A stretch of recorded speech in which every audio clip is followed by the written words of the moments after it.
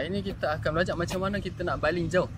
Cara kita nak baling jauh adalah kita kena faham satu konsep, iaitu body separation.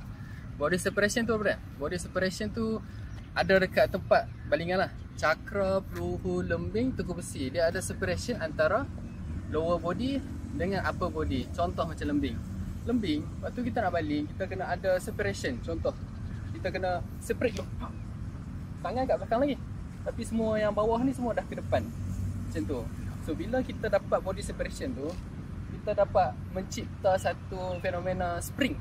Apa thrower yang tak ada body separation, dia akan jalan kaki dengan tangan jalan sekali. Contoh macam ni. Dia tak ada spring. Body separation, kita pusing ni dulu, tangan tinggal belakang, lepas kita lepas.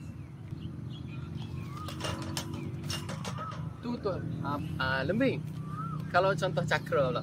Cakra, kita kena pusing ni dulu. Pusing dulu, tangan ni tinggal kat belakang.